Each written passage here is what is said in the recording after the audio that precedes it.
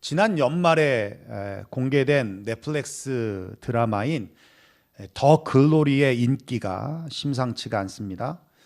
넷플릭스 톱 10에 따르면 누적 1억 4,800만 시청 시간을 기록하며 3주 연속 톱 10에 진입했고 3주 차에도 대한민국을 포함한 8개국 국가에서 1위와 34개 국가에서 탑 10의 리스트에 이름이 올릴 만큼 큰 화제를 불러오고 있습니다. 보신 분들은 아시겠지만 전 사실 못 봤어요. 학교 폭력을 소재로 한 드라마로 고등학교 시절 친구들의 잔인한 폭력에 시달리던 여주인공을 맡았던 송혜교 씨가 자퇴 후 복수를 결심하고 18년간 치밀하게 준비에 실행하는 과정을 담고 있다라고 합니다. 제가 왜 이 말씀을 드리냐면 미국 한 기독교 신문인 뉴스엠의 한 기자가 이 더 글로리에 대한 칼럼을 썼는데 그분은 드라마에서 대한민국 사회를 지배하는 두 개의 부조리가 있는데 하나는 드라마 소재이며 주제인 학교 폭력이고 다른 하나가 바로 교회라는 것입니다. 보시는 분들은 아시겠지만 여주인공을 괴롭히던 가해자 중에 한 명이 큰 교회 담임 목사 딸로 등장을 합니다. 이름도 성경 속의 이름인 이사라, 그죠? 이사라, 아브라함의 아내죠. 그녀는 무고한 친구를 괴롭히는 폭력적인 가해자의 모습과 동시에 교회 안에서는 성가대를 하며 기도하는 거룩한 척 위선적인 모습을 동시에 보여주면서 교회의 부조리를 여과 없이 묘사하고 있다는 것이죠. 특별히 극중에 복수를 하러 온 송혜교 씨와 교회에서 나눈 대화 중에 이사라 씨가 그런 말을 하더라고요. 짤로 봤습니다. 난 너한테 한 짓 다 회개하고 구원받았어. 이것은 단순히 작가만의 생각이 아니라 이 시대 속에서 대중들이 생각하는 복음의 값어치, 값싼 복음에 대해서 그들의 생각이, 기독교의 시선이 어떠한가를 보여주고 있다라고 칼럼 기자는 지적하면서 KBS ETV에서 방영된 동백꽃 필 무렵이라는 드라마에서 주인공인 동백이가 입양한 목사 부부의 위선, 그런가요? 안 보셨어요? 안 보셨구나. 이건 재미가 없었나 보네. 오징어 게임에서 기독교인의 기회주의적인 모습, 수리남에선 마약상이 신분 세탁의 수단으로 교회와 목사직을 선택한 것까지 대중문화가 기독교에 대해서 부적절하고 부정적으로 또 불편하게 묘사하고 있다고 말합니다. 그러면서 기자가 하고 싶은 말은 이러한 사회적인 분위기를 기독교 때리기로만 봐서 불편하고 불평할 때는 이제 지났다라는 것이죠. 우리 교회들이 어쩌다가 이런 취급을 받게 됐는지 반성하고 성찰해야 될 때라고 결론을 맺고 있습니다. 그렇습니다. 올해 우리 표가 저는 정말 중요하다고 생각합니다. 나는 에브리데이 크리스찬입니다 라고 하는 이 고백은 썬데이 크리스찬이라는 것을 의미하는 게 아니라 이사라 씨처럼 교회에서는 거룩한 척하고 위선적인 크리스찬이 아니라 삶에서 예수님의 자녀로, 군사로, 제자로 정체성을 드러내며 살아가는 그리스도인들이 될 때 지금의 기독교에 대한 비난의 화살이 줄어들고 교회가 다시 거룩함을 회복하게 될 줄로 믿습니다. 그런 의미에서 우리 한번 오늘 올해 표어를 다시 한번 재창해 볼까요? 시작. 여러분 매일같이 이 고백을 좀 하셨으면 좋겠어요. 매일같이 일어나자마자 잠에서 깨서 눈을 뜰 때부터 나는 에브리데이 크리스찬입니다라는 이 고백을 좀 하면서 시작했으면 좋겠고 순간순간 이 고백을 좀 하셨으면 좋겠습니다. 그런 의미에서 제가 올해 다니엘에 대한 말씀을 강해하고 있는데요. 세상을 상징하는 바벨론이라는 곳에서 어떻게 거룩함을 지키고 세상을 변화시켜 가는지 다니엘과 다니엘의 삶에서 역사하시는 하나님의 은혜를 보면서 삶의 지혜를 찾자라는 것입니다. 특별히 오늘 본문은 그리스도인들이 살아가는 세상이 어떤 곳이며 우리가 어떻게 그런 세상 속에서 살아가야 될지를 분명히 말씀해 주고 있습니다. 우리가 본문으로 읽지는 않았지만 2장 1절을 보면 이렇게 말씀하고 있어요. 느부갓네살이 다스린 지 2년이 되는 해에 느부갓네살이 꿈을 꾸고 그로 말미암아 마음이 번민하여 잠을 이루지 못한지라 그랬어요. 하루는 느부갓네살 왕이 꿈을 꿨는데 자신이 꾼 꿈을 확실하게 기억이 안 났나 봐요. 그런데 뭔가 느낌이 너무 불길한 거예요. 어느 정도냐면 마음이 번민하여 잠을 이루지 못할 정도라고 하니까, 그렇죠? 근데 저는 사실 이 말씀을 묵상하면서 전 지금까지 꿈이 불길하다고 해서 잠을 못 잔 적은 없는 것 같아요. 여러분 있어요? 꿈이 불길해서 막 잠을 막 그런 거 있어요? 우리는 생각이 없죠. 그래서 꿈이 불길하면 불길한 대로 찝찝하다. 그리고 그냥 있지. 야, 이 꿈이 뭘까 이러면서 막 그런 적은 없었던 것 같아요. 저는. 그래서 박수와 술객과 점쟁이와 갈대아 술사들을 불러다가 어떤 꿈을 꿨는지 알려달라고 하는 터무니없는 요구를 합니다. 그러자 지혜자들이 당황을 하죠. 우리는 꿈은 해석할 수 있는데 왕이 어떤 꿈을 꿨는지 우리는 맞출 수가 없습니다. 그러자 왕이 한술 더 떠서 못 맞추면 다 죽여버리겠다. 반면에 맞추면 큰 포상을 주겠다는 조건을 겁니다. 이건 협박이죠. 그러니까 점쟁이들이 뭐라고 얘기하냐면 10절에 이렇게 말해요. 갈대아인들이 왕 앞에 대답하여 이르되 세상에는 왕의 그 일을 보일 자가 한 사람도 없으므로 어떤 크고 권력 있는 왕이라도 그런 것으로 박수에게나 술객에게나 갈대아인들에게 물은 자가 없었나이다. 세상에 누가 왕도 기억하지 못하는 왕이 꾼 꿈을 맞출 수 있겠습니까? 어떤 권력자도 이런 것들을 우리에게 요구한 권력자는 없었습니다. 무슨 말씀을 하시는 겁니까? 우리를 죽이려고 꼬투리 잡고 계시는 겁니까? 라고 하는 것이죠. 억울하다는 겁니다. 그러나 왕의 명령은 내려졌고 왕의 꿈을 맞추는 사람은 아무도 없었습니다. 그러자 정말로 지혜자들을 명령대로 죽이기 시작합니다. 느부갓네살 왕을 통해서 주님은 우리가 사는 세상이 어떤 것인지를 여실히 보여주고 있습니다. 세상은 어떤 곳입니까? 세상의 모든 것을 가져도 불안한 곳. 꿈 하나로도 이렇게 불안해서 어찌할 바를 모르는 곳이 바로 세상이라는 거예요. 여러분, 느부갓네살 왕이 어떤 사람입니까? 바벨론 왕입니다. 당시에 바벨론 왕이면 신적 위치에 있는 사람이에요. 신적 위치에. 세상의 모든 것을 다 가진 사람입니다. 말만 하면 다 되는 위치에 있는 사람입니다. 그런데 뭐가 부족해서 꿈 하나로 이렇게 불안해할까? 여러분, 어느 정도 불안해합니까? 마음이 번민이 되어서 잠을 자지 못할 정도로 불안해요. 또 지혜자들을 다 죽일 만큼, 여러분, 다니엘이라고 하는 지혜자도 3년의 교육을 받았습니다. 기본이 있던 사람이에요. 소위 유대에서는 엘리트 계층, 고급 학식을 갖고 있던 사람들을 데려와서 3년이라는 시간을 가르쳤던 거예요. 박수와 술객과 점장이는 그렇다 치더라도 갈대와 술사들은요, 지금으로 말하면 천문학자들입니다. 어마어마한 뛰어난 사람들이고 인재입니다. 그런 인재를 키우려면 오랜 시간도 걸릴 뿐만 아니라 돈도 투자되어야 해요. 그런데 불길한 꿈 하나로 본인도 기억하지 못하는 꿈을 맞추라고 하면서 못 맞추면 죽이겠다라고, 그런 인재들을 그냥 파리 목숨처럼 죽이겠다라고 한다는 것은 그만큼 불안하다라는 반증이라는 것이죠. 없을 때는 가져보고 싶고 가진 자가 부럽다고 생각하지만 막상 가져보면 어떻게 지킬까? 혹시 잃지는 않을까? 빼앗기지는 않을까? 하며 불안함을 느끼며 살아가게 됩니다.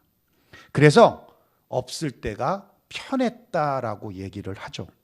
집이 없을 때는 집 사고 싶다고 그러면서 막상 내 집이 생기면 기쁨도 잠깐, 고장나거나 수리해서 돈 들어갈 일이 생기면 뭐라고 말해요? 뭐라고 말해요? 렌트가 편했다. 렌트가 편했다. 모르겠다고요? 집 사보세요. 집 사보면 그 얘기 합니다.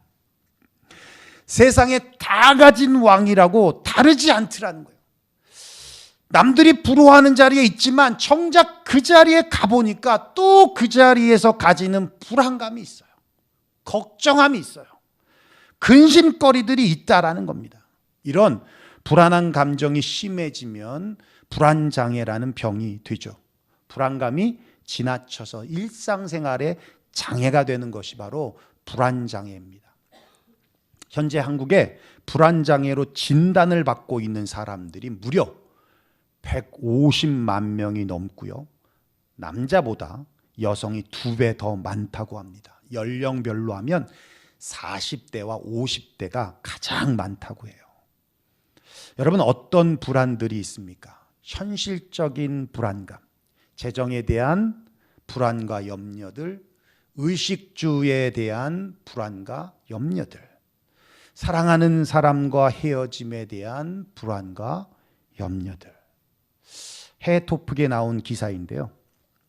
107세 말레이시아 할머니가 70세 연하인 37세 남편과 22번째 결혼을 했답니다. 돈이 많아서일까요? 107세 할머니가 37살하고 결혼한 거예요. 그것도 22번째. 근데 그 할머니의 불안과 염려가 뭔지 아십니까? 남편이 다른 여자와 눈 맞아요. 바람 피울까 봐. 그게 늘 불안하고 염려가 된답니다. 여러분, 불안, 그 나이 되면 좀 초월적이어야 되는데 그렇지 않아요? 이제 언제 갈지 모르는 건데 뭘 그렇게 불안해할지. 여러분, 불안과 염려는 나이를 먹어도 끝까지 괴롭히는 거예요. 또 건강에 대한 불안과 염려, 질병에 대한 불안과 염려, 사고에 대한 불안과 염려. 혹시 암에 걸리지는 않을까? 혹시 자동차 사고는 나지 않을까?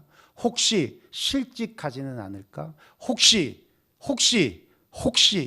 하루에도 수없이 많은 불안거리와 염려거리가 우리를 찾아오게 한다는 것이죠. 그런 곳이 바로 우리가 사는 세상이라는 겁니다. 그런 세상에서 다니엘이 어떻습니까? 13절 보면 이렇게 말해요. 왕의 명령이 내림에 지혜자들은 죽게 되었고 다니엘과 그의 친구들도 죽이려고 찾았더라. 다니엘도 죽음의 위기가 찾아왔습니다. 그렇게 보면 불길한 꿈에 어찌할 바를 모르는 왕보다 더 불안해하고 더 두려워할 상황이죠. 그런데 너무도 침착합니다. 성경 어디에도 다니엘의 불안함을 찾을 수가 없었습니다. 우선 다니엘은 왕을 찾아갑니다. 그리고는 이렇게 말합니다. 16절, 다니엘이 들어가서 왕께 구하기를 시간을 주시면 왕에게 그 해석을 알려드리리다 하니라. 시간을 주시면 왕께 알려드리겠습니다. 누구도 모른다는 것을 다니엘은 알려주신다는 거, 알려드리겠다는 겁니다. 도망갈 시간을 벌기 위해서입니까?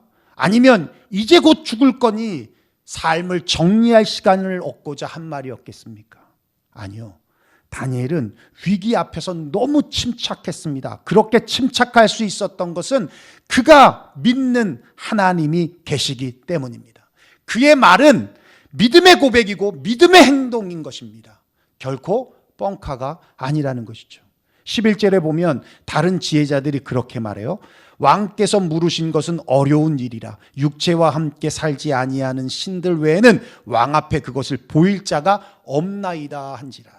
신들 외에는, 즉 신이 아니면 알 수 없는 요구를 하는 거예요. 맞습니다. 어찌 인간이 알 수 있겠습니까? 내가 꾼 꿈도 모르는데 어찌 남이 꾼 꿈을 내가 어떻게 정확하게 맞출 수 있겠습니까? 인간이 육체를 갖고 있는 이상 알 수가 없는 것이죠. 지혜자들의 고백처럼 신이 아니면 알 수가 없습니다. 그렇다면 누가 하신다는 거예요? 하나님이 하신다는 거예요. 하나님이. 왕 앞에서 말한 후 다니엘은 친구들에게 중보 기도를 요청하고 주님 앞에 기도합니다. 19절입니다. 우리 함께 읽어볼까요? 시작. 이에 이 은밀한 것이 밤의 환상으로 다니엘에게 나타나 보임에 다니엘이 하늘에 계신 하나님을 찬송하니라. 예, 다니엘이 기도할 때에 하나님께서는 왕이 꾼 꿈을 그대로 알려주시는데 성경은 그 꿈을 은밀한 것이라고 말씀하고 있습니다. 은밀한 것, 은밀한 일, 은밀한 것. 이 단어가 무려 3번이나 등장하는데 어떤 의미냐면 인간의 지혜와 능력으로는 결코 알 수 없는 어떤 영역이라는 의미입니다. 그것은 오직 하나님께 속한 초월적인 일이어서 하나님께서 허락하지 않으시면 당시 세계를 다스린다고 하는 바벨론의 모든 지혜자들이 힘을 합쳐도 결코 깨달을 수 없었던 일. 무슨 말씀입니까? 인간의 눈에는 보이는 것이 전부가 아니라 보이지 아니하는 어떤 영역이 있다라는 거예요. 우리 눈으로 볼 수 없는 영적인 영역이 존재한다는 거예요. 엄밀히 말해서 그 영적인 영역에서 현실의 영역을 지배한다라는 거예요. 그래서 로마서 11장 36절에 말씀합니다. 만물이 주에게서 나오고 주로 말미암고 주에게로 돌아감이라 그에게 영광이 세세에 있을지어다. 하나님이 다스리시고 통치하신다는 거예요. 우리 눈으로 하나님은 보이지 않지만 보이지 아니하시는 그 하나님이 다스리시고 통치하고 계신다라는 거예요. 만물의 주관자는 바벨론 왕이 아니라 하나님이라는 겁니다. 결국 그 은밀한 일이 무엇이냐? 우리가 본문을 읽었던 21절에 보면 하나님께서 왕을 폐하시고 또한 하나님께서 왕들을 세우신다. 폐하시고 세우시는 분이 하나님이시다라는 거예요. 그렇습니다. 다니엘이 꿈 하나에도 벌벌 떠는 바벨론 왕과 다르게 죽음 앞에서도 침착하며 당당함을 가질 수 있었던 이유는 만물의 주관자이시고 통치자이신 하나님을 믿었기 때문이고 그 하나님 앞에 기도할 수 있었기 때문입니다. 우리가 사는 세상은 불안과 염려가 가득한 세상입니다. 그런 세상을 향해 주님이 뭐라고 말씀하고 있습니까? 우리 예레미야 33장 2절 3절 한번 읽어볼까요? 시작. 이를 행하시는 여호와 그것을 만들며 성취하시는 여호와 그의 이름을 여호와라 하는 이가 이와 같이 이르시도다. 너는 내게 부르짖으라. 내가 내게 응답하겠고 내가 알지 못하는 크고 은밀한 일을 내게 보이리라. 할렐루야. 이 말씀은 읽을 때마다 힘이 되죠. 너는 내게 부르짖으라 라고 말씀하고 있어요. 그러면 응답하시겠다. 기도하면 크고 은밀한 일을 보여주시겠다. 여러분 믿습니까? 믿습니까? 정말 기도하면 하나님이 응답하실 것을 믿습니까? 네. 기도하면 죽음의 위기도 기회가 되고 닫히고 막혔던 문이 열리고 절망의 자리가 희망의 디딤판이 되도록 주님이 응답하시겠다라는 거예요. 그래서 빌립보서 4장 6절 7절 말씀입니다. 한번 읽어볼까요? 시작. 아무것도 염려하지 말고 오직 모든 일에 기도와 간구로 너희 구할 것을 감사함으로 하나님께 아뢰라. 그리하면 모든 지각에 뛰어나신 하나님의 평강이 그리스도 예수 안에서 너희 마음과 생각을 지키시리라. 할렐루야. 아무것도 염려하지 말라. 염려를 멈춰라. 불안을 멈춰라. Stop worrying. 걱정을 멈춰라. 여러분 이런 글이 있어요. 너무 걱정하지 마라. 걱정할 것 있으면 2가지만 걱정해라. 지금 아픈가 안 아픈가. 지금 아프면 안 아프면 걱정하지 마라. 근데 아프면 2가지만 걱정하라. 낫는 병인가 안 낫는 병인가. 낫는 병이면 걱정하지 마라. 안 낫는 병이면 2가지만 걱정하라. 죽을 병인가 안 죽을 병인가. 안 죽을 병이면 걱정하지 마라. 죽을 병이면 두 가지만 걱정해라. 천국 갈 것이냐, 지옥 갈 것이냐. 천국 갈 거면 걱정하지 마라. 지옥 갈 거면 그것도 걱정하지 마라. 지옥 갈 건데 뭘 걱정하냐. 그래서 걱정하지 말랍니다. 여러분, 걱정을 멈추십시오. 아무것도 염려하지 말라라고 선언해 주고 있어요. 선언해 주고 있습니다. 시편 42편 3절에 말씀하고 있어요. 우리 한번 읽어볼까요? 시작. 내 영혼아, 내가 어찌하여 낙심하며 어찌하여 내 속에서 불안해하는가. 너는 하나님께 소망을 두라. 그가 나타나 도우심으로 말미암아 내가 여전히 찬송하리로다. 할렐루야. 낙심하지 말라. 불안해하지 말아라. 하나님께 소망을 두라. 그리고 모든 일에 기도와 간구하라고 말씀하시고 감사함으로 하라고 말씀하십니다.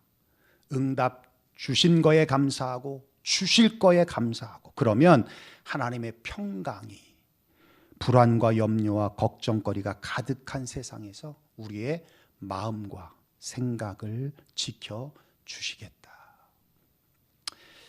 2012년 11년에 개척하고 12년에 이제 170번지 인구루드로 이사를 왔어요.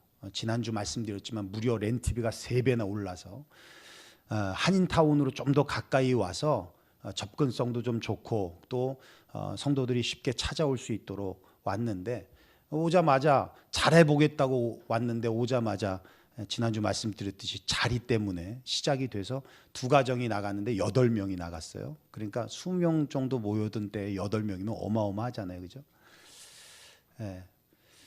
1월부터 이제 거기서 예배를 드렸는데 부흥은커녕 줄고 있어요. 그래서 아침에 일어나면 사모한테, 야, 내가 무슨 부귀 영화를 누리려고 이러고 있냐. 그만하자. 그만하자. 저녁에 자기 전에 우리 그만할까? 이러면서 참 힘든 시간을 보냈어요. 그래서 그때 저도 힘들었지만 참 힘든 청년 2명이 있었어요. 한 명은 지금 LA가 있고 한 명은 저기 사는데 안 오죠 이제. 그 친구들 내가 라이드 하면서 데리고 매일 밤마다 교회 가서 기도를 했어요.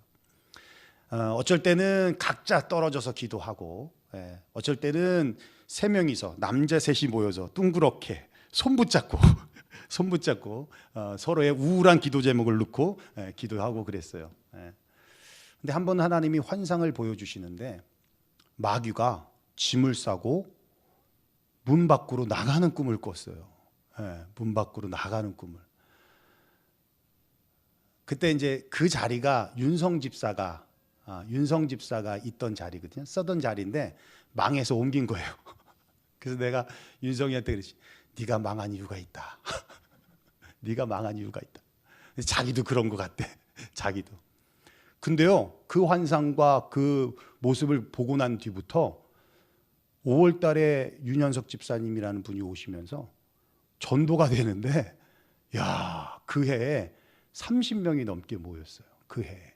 야, 그러면서 정말 기도할 때 또 하나님께서 우리가 보이지 않는, 우리가 보지 못하는 영적인 영역 속에서의 싸움들을 우리가 확인할 수 있구나라는 생각이 들어요. 여러분, 때로는 여러분이 보이는 현실 속에서의 걱정과 염려거리라고 생각이 들지만 그렇지 않습니다. 여러분, 이면에 영적인 눈을 떠서 보면 그게 염려거리가 아님에도 불구하고 마귀가 우리에게 염려하게 만들고 걱정하게 만들고 근심하게 만든 일들이 너무너무 많아요. 그래서 염려가 되고 근심되고 걱정이 되는데 이렇게 펴놓고 보면 이건 이렇게 해결하면 끝이잖아. 이렇게 하면 끝이잖아 라는 생각이 어느 순간 들게 되더라는 거예요. 여러분, 눈에 보이는 것이 전부가 아닙니다. 만물을 다시 다스리시는 주님이 통치하시고 또 이끄시고 있다는 것을 여러분 기억하시기를 바랍니다.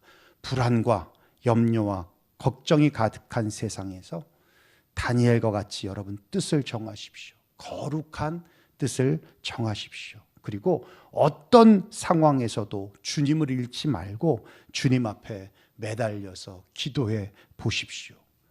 은밀한 일을 보여주실 것입니다. 이겨낼 힘과 능력을 주실 것입니다. 어떤 상황에도 우리의 마음과 생각을 지켜 주실 것입니다. 이것이 에브리데이 크리스찬의 삶이고 세상 속에서 힘을 잃어버린 교회가 다시 회복될 유일한 길입니다. 여러분, 우리가 매일 시간을 정해서 단 1분이라도, 단 2분이라도 여러분이 기도한다면, 여러분, 그 기도가 아무것도 아닌 것 같아도 주님을 생각하게 되고 교회를 생각하게 되고 또 내 자신을 돌아보게 되어지는 기회들이 되어서 또 그 기도가 간절함을 통해 하나님이 응답하시되 하나님의 아름다운 때에 응답이 되게 될 줄로 믿습니다. 여러분, 정해놓은 시간에 꼭 기도하십시오. 그리고 나는 everyday 크리스천입니다 라고 하는 이 고백을 여러분 늘 매일같이 하면서 내가 주님의 자녀라는 이 정체성을 잊지 않고 또 살아갈 수 있는 한 주의 삶이 되길 주의 이름으로 축원합니다. 기도하겠습니다.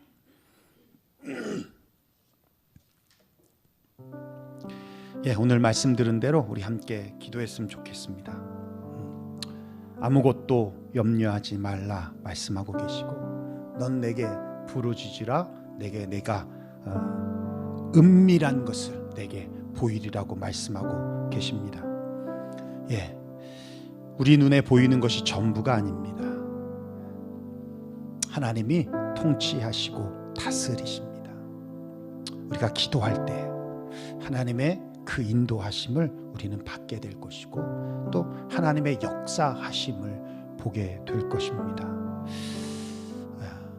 오늘 우리 말씀 들은 대로 다니엘과 같이 죽음의 위기 앞에서도 그의 담대함과 평안함을 믿음을 통해서 할 수 있었던 것처럼 우리 또한 다니엘과 같이 그 걱정과 염려와 근심 가득한 세상 속에 거기에 파묻혀 살아가는 우리들이 아니라 그 위에서 평강함을 누릴 수 있는 삶이 되기 위해 우리 또한 기도하며 나아갔으면 좋겠습니다. 오늘 말씀드린 대로 함께 기도하도록 하겠습니다. 기도하겠습니다.